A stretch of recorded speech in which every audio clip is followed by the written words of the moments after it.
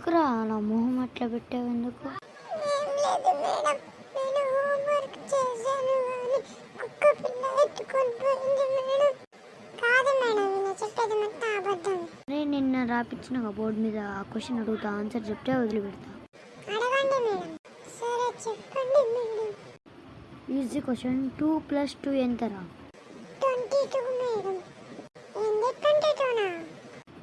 Homework కూడా చేయవు, ఇంకేమో నిన్న రాపించింది కూడా చదవవు. ఇప్పుడు నిన్నేం చేయాలి నేను చెప్పు. I'm sorry ma'am. పై కూడా కుర్చీ అయిపో. అలాగే మేడం.